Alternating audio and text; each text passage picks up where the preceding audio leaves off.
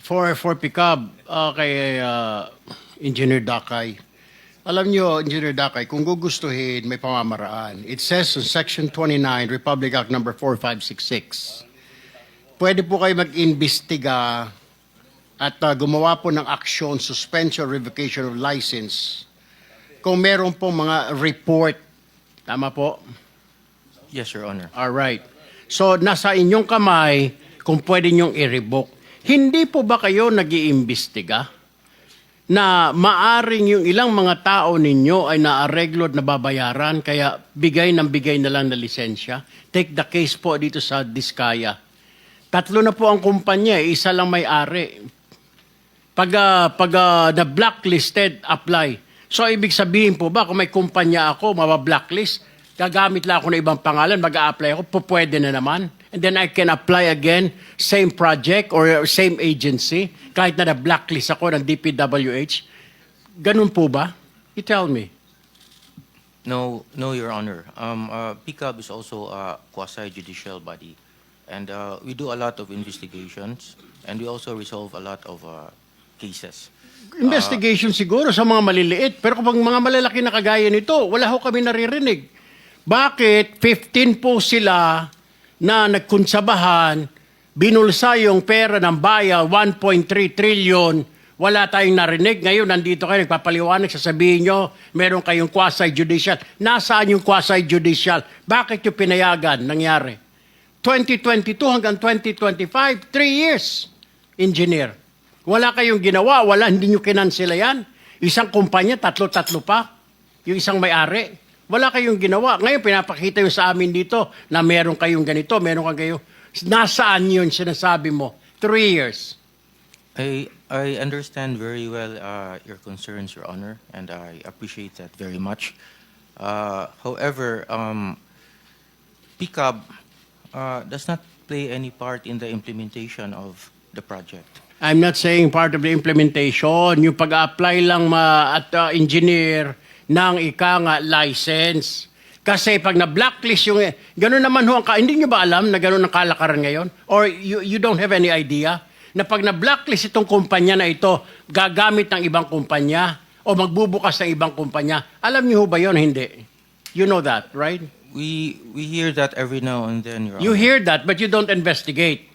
Na pag na-blacklist ng DPWH o ng kung anong ehensya, papalit ng pangalan or tatayo ng pangalan para makapasok ulit. Actually, Your Honor, when a company is blacklisted by any government agency, then we actually suspend their licenses. Well, hindi ko maintindihan na engineer, wala naman po na suspend sa 15 na yan eh, di po ba? Wala ho kayo, hindi ko alam kung nagtatanga-tangahan kayo, hindi nyo alam trabaho, o natapalan lahat ng mga mata ninyo ng salapi, kaya ho ganon. Balikan kita mamaya, Mr. Chair. I'd like to go to direct this question to Ms. Zara Diskaya. So ma'am, nung blacklist po isang kumpanya nyo, ganun po ba ang SOP ninyo? Magtayo na lang ng ibang kumpanya para makasali, kaya dumami ang kumpanya nyo? Or kaya kayo nag-apply ng mga lisensya dito sa PCAB ay para may maparentahan po kayo na mga lisensya po ninyo? Kasi napakadami po, Ms. Diskaya, yung inyong proyekto kung saan-saan na, daig nyo pa yung gobyerno. Imposible naman ho, yung equipment nyo rito, may equipment kayo dito, napakadami yung equipment. Tama po yung sinasabi ni Senator Tito Soto na sa isang lugar, napakadami yung equipment, sa iba't ibang lugar. So, ano ang purpose na napakaraming kumpanya? What is that? Sir po, yung ibang companies po, we've divested from those companies. So I am directly lang with Alpha and Omega. Vested. Interjection, Mr. Chair, with the permission of Senator Erwin. Go ahead. Go ahead. Salamat, Mr. Chair at Senator Erwin. Actually, when my time comes to question, ma'am, Ms. Diskaya, hindi lang po isa, hindi lang po 3 kumpanya tulad ng sinabi ni Senator Erwin. 9 na kumpanya ang ipapakonfirm ko sa inyo na actually, kayo at kayo pa rin po, kayo pa rin po ang may-ari. Salamat po, Senator Erwin, Mr. Chair. Maraming salamat, Mr. Chair. Can I go to the Commission on Audit now, Mr. Chair, if they're here? Before that, I think you need to also pursue that initial question you had with PCAB. Kasi we heard that PCAB upon the direction of the President of the Philippines in connection with the identified 15 contractors in anomalous flood control projects, it triggered an investigation from your office. And I believe somebody told me that you communicated directly with the DPWH to be able to pursue investigation insofar as the 15 contractors are concerned. Did you not coordinate with the DPWH? And if you did, what was the coordination and what was the response made by the DPWH, if any? Thank you, Your Honor. Actually, on August 18, our Executive Director, Attorney Matienzo, formally wrote to DPWH Secretary Bonoan requesting information on all infrastructure projects awarded to the 15 contractors that have been identified as having the most flood control projects nationwide. So we sought in our letter a list of all the projects awarded to these contractors, the status of project implementation, the findings from their... You were referring to the 15 contractors subject matter of this inquiry? Yes, Your Honor. What was the reply by the DPWH, if any? To this day, Your Honor, we haven't received any reply. However, we issued summons to the contractors, and we have been doing our own hearings, and we ask them or require them to file a verified answer within 10 days from the receipt. Wait, you wrote to DPWH on August 18, Yes, and you Your did Honor. not receive any reply. You're No. seated beside the secretary of the DPWH. Did you ever ask him why no reply was ever given to your letter? Well, Your Honor, in the interest of public service and expediency, we just went ahead with our investigation and summoned the 15 contractors. Not only the 15 contractors, but the other contractors that were mentioned by the President in But subsequent... the information you were asking from the DPWH, I believe, are essential information. How can you conduct your investigation without waiting for the information that you sought in the first place? At least, Your Honor, we did the preliminary hearings. There is a jump start to all of the hearings for the... Okay, Senator Tulfo, proceed, please. Mr. Chair, pinapaikot-ikot lang ho tayo nitong pick-up. Alam nyo, engineer, sinasabi ko ho kanina, yung sinasabi nyo, pinapatagal nyo, pinapaligoy-ligoy ninyo itong proseso na ito, pagtatanong, jumpstart yung mga sinasabi ninyo, DPWH umiiling, sinasabi na parang hindi pa nila natatanggap, and then suddenly you're telling us na gumawa na kayo ng action? Is this correct? What I heard, you started communicating with the 15 contractors? Actually, the day after the President mentioned the 15 contractors, we actually summoned the 15 contractors for investigation. Okay. So, ongoing investigation. Yes, Your Honor. Anong siglo natin malalaman ang resulta ng investigation nyo? Kasi pag ang gobyerno ang nag-imbestiga, taon na binibilang. Baka retired na kami lahat dito, nandiyan pa kayo nag-imbestiga. When do we expect the result of that investigation? Okay, Your Honor, for starters, we have preventively suspended their ARCC for flood control. So that means that they cannot bid for any subsequent flood control projects. Hindi naman nila kailangan po magbidding dahil na kumita na ito mga ito eh. Yun lang ho, yung they cannot subsequent flood control projects, di na sila pwede magbidding. Dapat to, suspindihin nyo na ho lahat yan eh. Mismo ang Pangulo nagsabi, deficient yung kanilang mga proyekto, substandard, ghost project, ganun lang. Next flood control project pa sila suspendido. Ngayon hindi sila tanggalan ng lisensya. Kailan ho natin maririnig, engineer, na suspendido ang mga lisensya nila o kumpiskado ng mga lisensya nila? When will we hear that? Your Honor, we are seriously investigating and conducting the hearings at PCAB, Your Honor. And Do you have a time frame for that, Mr. Chair? Yes, Mr. Chair, because we have to also realize and recognize that the contractors are also represented by counsel. Kasi ang totoo niyan, hindi importante sa amin yung suspension or blacklisting. Ultimately, revocation ang pinag-uusapan dito eh. Kasi seryoso po ito eh. I would request my colleagues to also put in perspective ang hinahanap po natin nung dito yung mga ghost projects. So gusto ko pong marinig po yung mga tanong ninyo. Hanapin po natin sa DPWH. Kasi importante po ito. Kailangan nating ilagay muna sa umpisa. Bakit po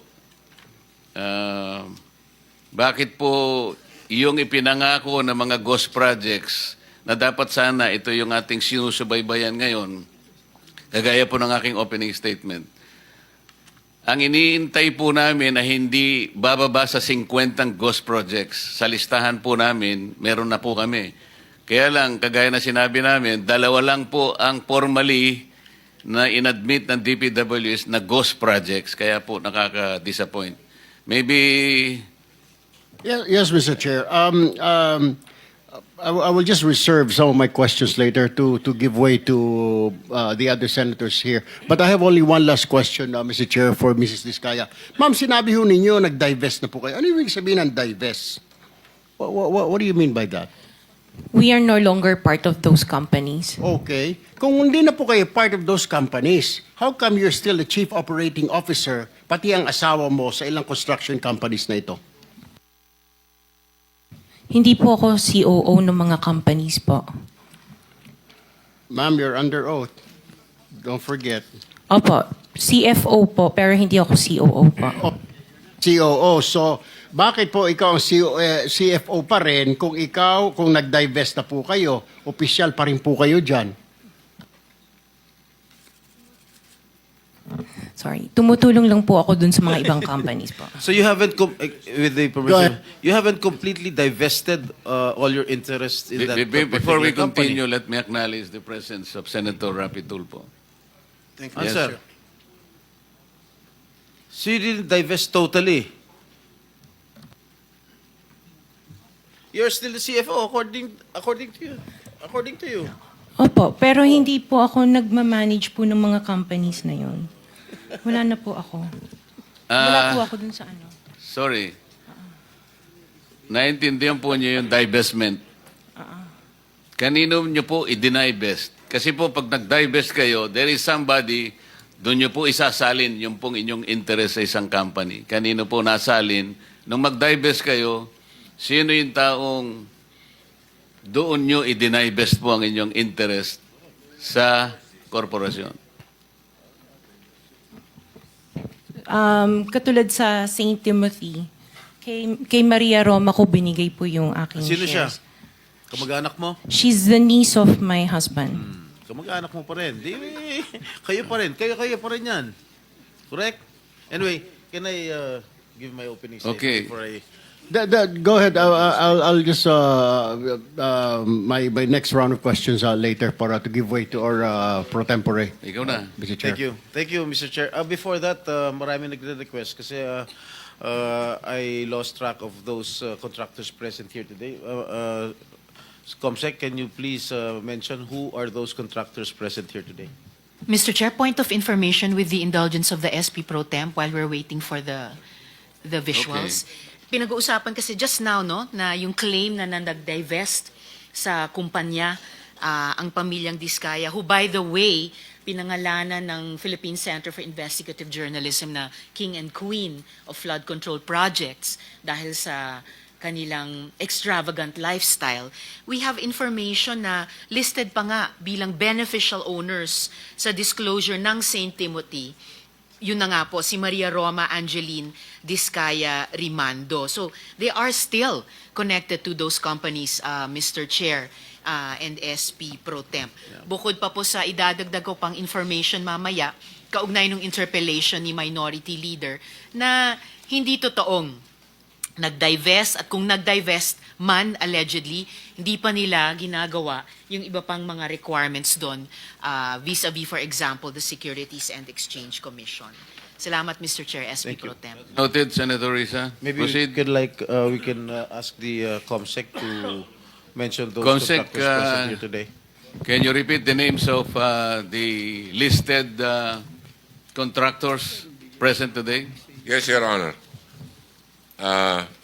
Mr. Alex Abelido, President, Legacy Construction Corporation.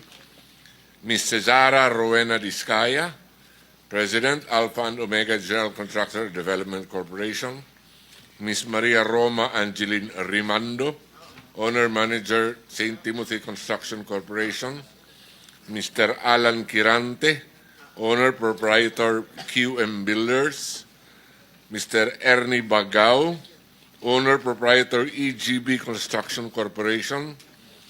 Mr. Eumir S. Villanueva, President, Top Notch Catalyst Builders, Inc. Mr. Lawrence Lubiano, President, Centerways Construction and Development, Inc. Ms. Aderma Angeli Alcazar, President and CEO of Sunwest, Inc. Edgar S. Acosta, represented by Mr. Edsel Marbella. Mr. Wilfredo Natividad, Owner General Manager, 888 Construction and Supply, Inc. Mr. Romeo Miranda, President, AMO Royal Crown Monarch Construction and Supplies Corporation. Mr. Alan Arevalo, General Manager, Wawaw Builders. Ms. Marjorie Samidan, President, MG Samidan Construction. Mr. Luisito Tiki, President, LR Tiki Builders, Inc. Mr. Ryan Willie D. Uy, Proprietor, Road Edge Trading and Development Services, Your Honor.